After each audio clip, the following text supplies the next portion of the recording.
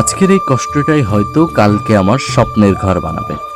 সকাল সকাল ঘুম থেকে উঠে এই ভাবনাটাই মাথায় ঘুরছিল আমার।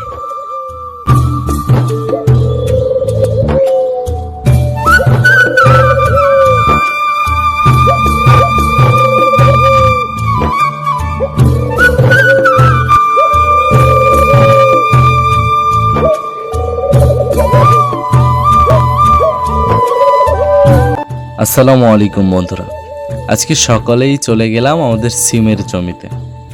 জমিটা অনেক দিন ধরে এমনিতেই পড়েছিল, পুরনো সিম গাছ ঝোপঝাড় সব মিলিয়ে একদম অগোছালো।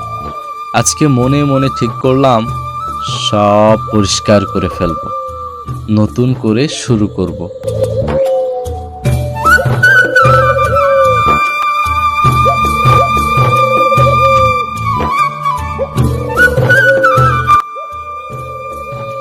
এক এক করে সব সিম গাছ কেটে ফেললাম, ঝোপঝাড় পরিষ্কার করলাম, যেগুলো আর কখনোই কাজে লাগবে না সব এক জায়গায় করে আগুন দিয়ে পুড়িয়ে দিলাম। আগুনটা জ্বলতে দেখে মনে হচ্ছিল পুরনো সব কষ্ট, পুরনো সব ব্যর্থতা সব যেন আর শেষ হয়ে যাচ্ছে। সেই সকাল ভোরে মাঠে চলে এসেছি, বাসা থেকে কোনো কিছুই খেয়ে আসিনি, তাই আব্বু আবার আমার জন্য বাজারে গিয়ে পরোটা আর ডাল নিয়ে আসছে। তো এটা পুরানো শেষ হলেই আমি ওটা খেতে বসবো।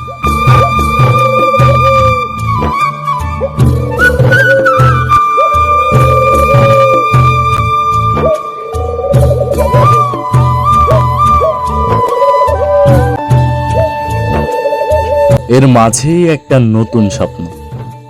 আমরা নতুন একটা ৬-৭ শতকের জমি কিনেছি। ওইখানে একদিন আমাদের একটা ছোট্ট ঘর হবে, আর সেই জমিতেই আমরা লাউ চাষ শুরু করেছি। ভাবলাম স্বপ্ন যদি শুরু করতে হয় তাহলে আজ থেকেই শুরু করি। লাউ গাছের জন্য নেট দরকার, তাই এখানকার পুরনো নেট খুলে নিয়ে যাচ্ছি। আর যে সিমের খোপাগুলো ছিল সেইগুলো আমাকে ঘাড়ে করে প্রায় আধা কিলোমিটার দূরে নিয়ে যেতে হচ্ছে। শরীর ক্লান্ত, ঘাম ঝরছে, কিন্তু থামি নাই, কারণ জানি এই কষ্টটাই একদিন সুখ হয়ে ফিরে আসবে। আলহামদুলিল্লাহ, আজকে পুরো জমিটা পরিষ্কার করতে পেরেছি। দিনটা কষ্টের ছিল, কিন্তু মনটা ভরে গেছে। ইনশাল্লাহ কালকে আমরা এই জমিটা চাষ করব, আরেকটা নতুন শুরু হবে।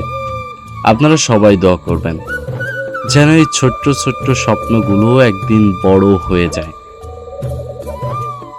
ভিডিওটা যদি আপনার ভালো লাগে তাহলে একটা লাইক দিবেন, শেয়ার করবেন, আর এমন বাস্তব জীবনের গল্প দেখতে চাইলে অবশ্যই ফলো এবং সাবস্ক্রাইব করে রাখবেন। আল্লাহ হাফেজ।